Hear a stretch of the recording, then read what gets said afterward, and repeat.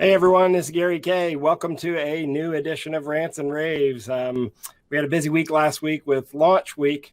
Now we're kind of getting back to normal, and I wanted to welcome Luke Jordan to this morning. Luke is caught up a little bit in a snowstorm of all things in Dallas and Texas.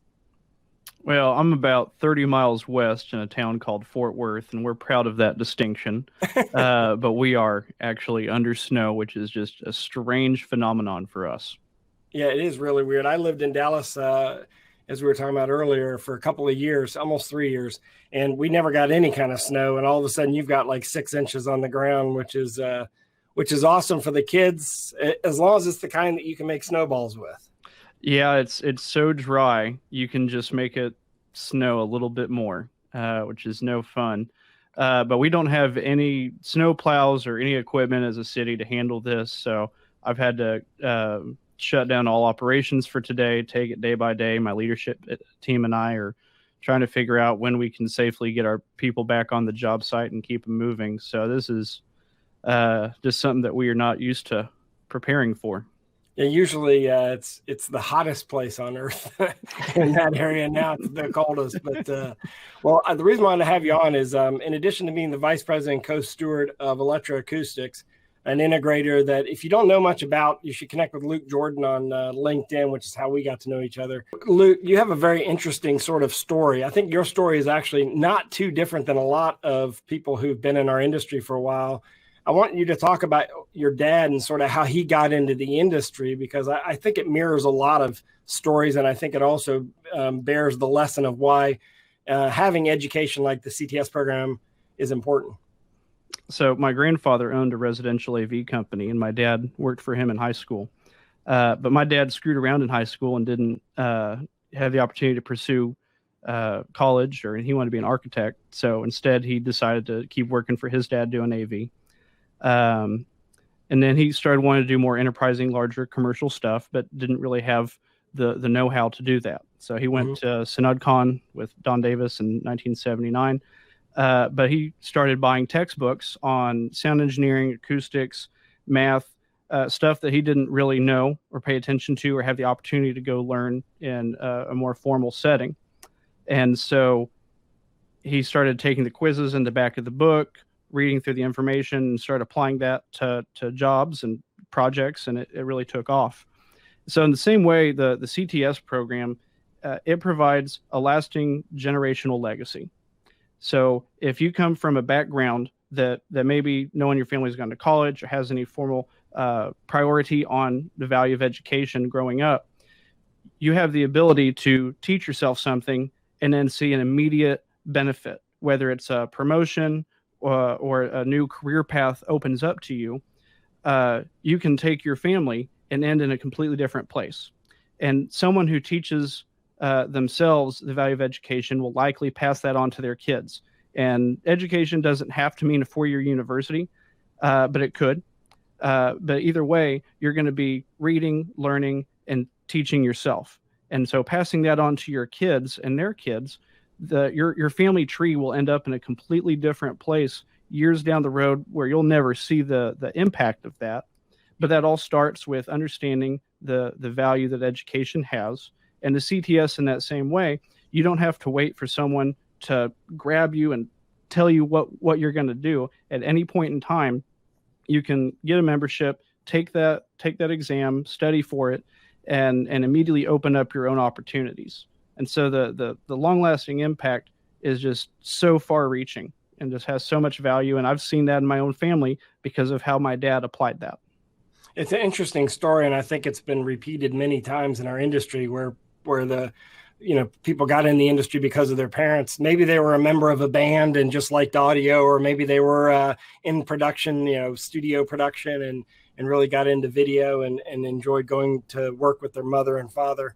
But you bring up a really good point with regard to the value of having the textbook available, but also the certification program as well. Absolutely. But also Luke heads up the certification steering committee for AVIXA. Luke, talk about what that committee does for AVIXA. Yeah. So the certification committee at AVIXA is really an oversight committee for several subcommittees that actually do all the work. I'm more of a figurehead, if you will. But so we've got item writing for the different exams: CTS, CTSI, CTSD. There's ethics. There's application committee, and so they oversee the administration of the CTS certification program. And then the steering committee that I've been a part of for 3 years now, we approve budgets for AVIXA as far as certification goes and have input onto the allocation of those funds. And then whenever there's a change that requires a vote to involved with ANSI or with any of the nuances of that accredited program, we're called upon to be a part of that.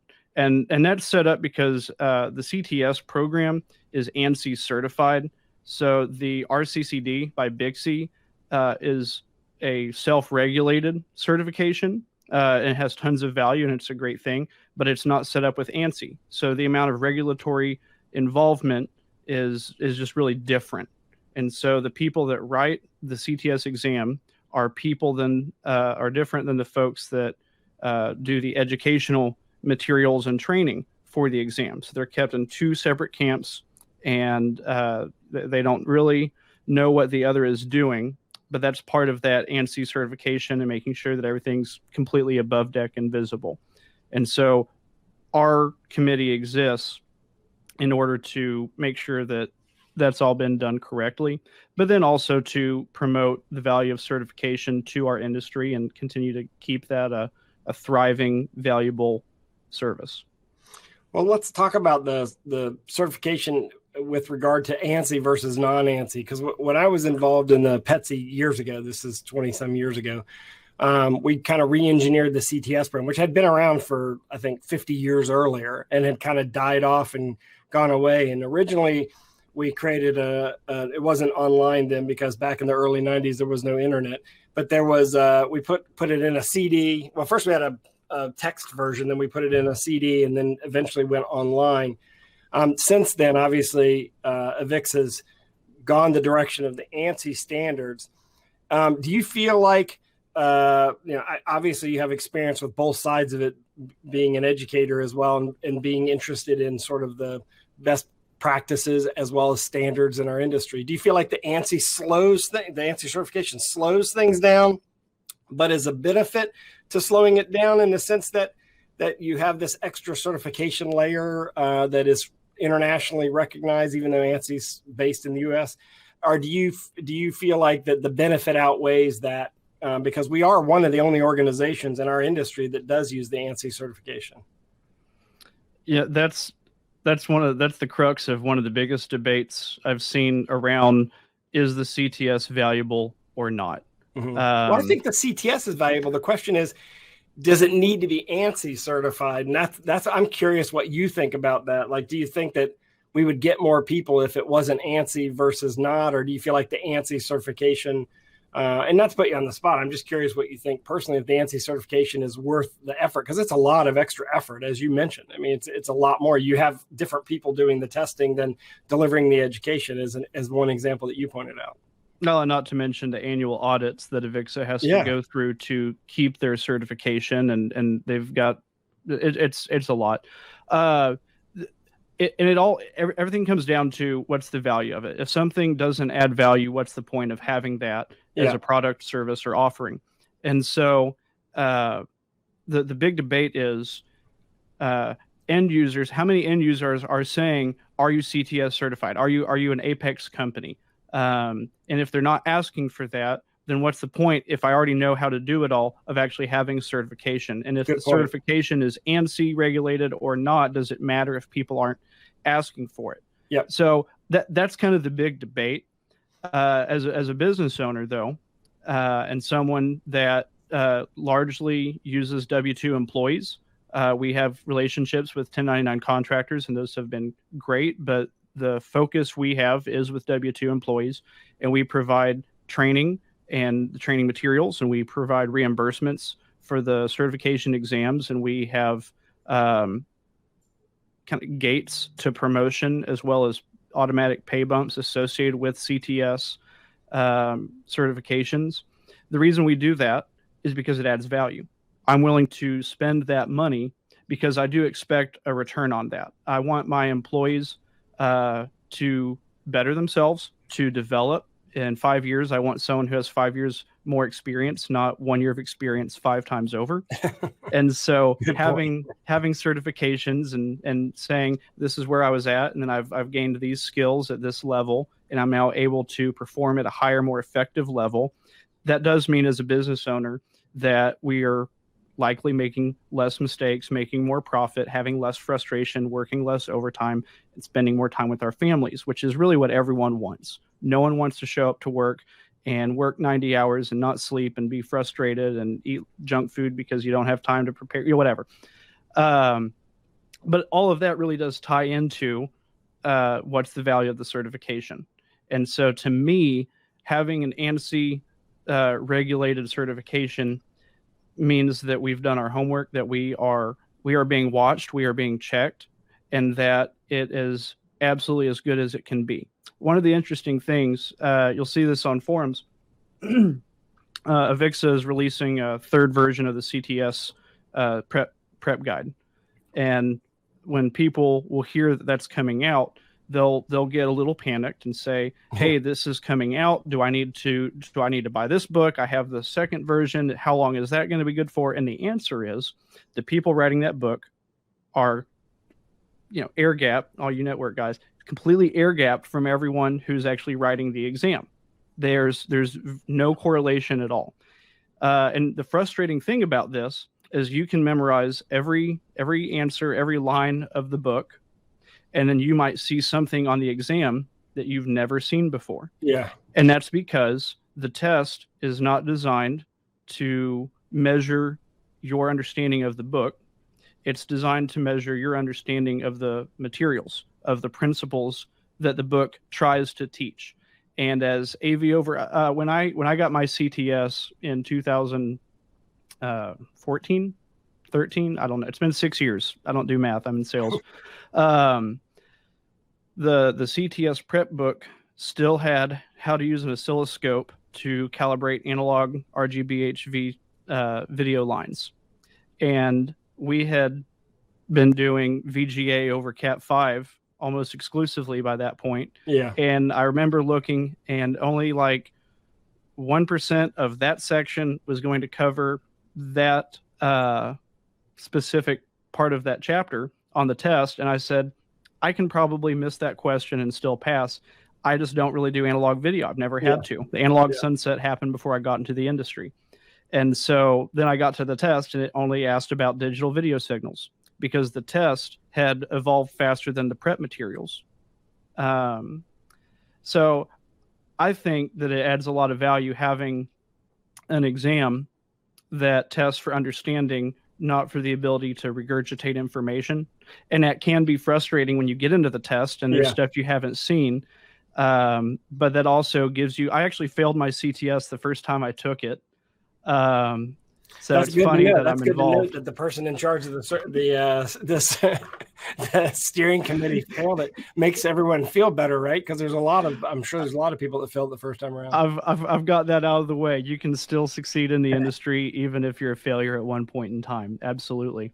but it gave me good feedback on what I didn't know and what I needed to study, and I ended up taking 6 months to come back and retest and pass with flying colors.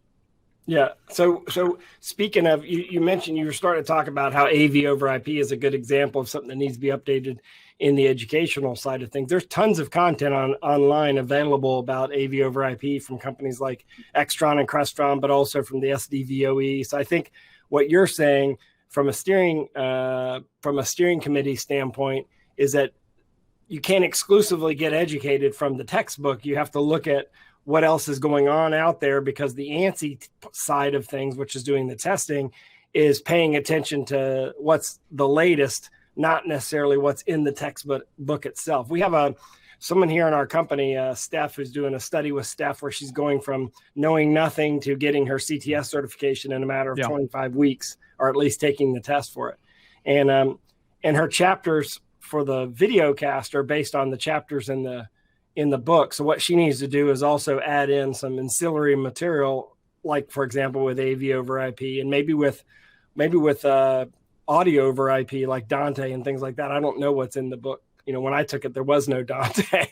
And that's the thing is, it was calibrating analog video for me. It was AV over IP a couple years ago. That's since been updated. But there's always going to be something else, and that's a good thing. That the technology is evolving, the educational materials are tracking with that. But again, it's about the understanding, and that's the value of continuing education. So you've got to get 30 renewal units every 3 years in order to maintain your certification, or you've got to pass an advanced CTS certification. So if you have your CTS, then you can renew in 3 years, or if you pass your CTSI, that resets the counter.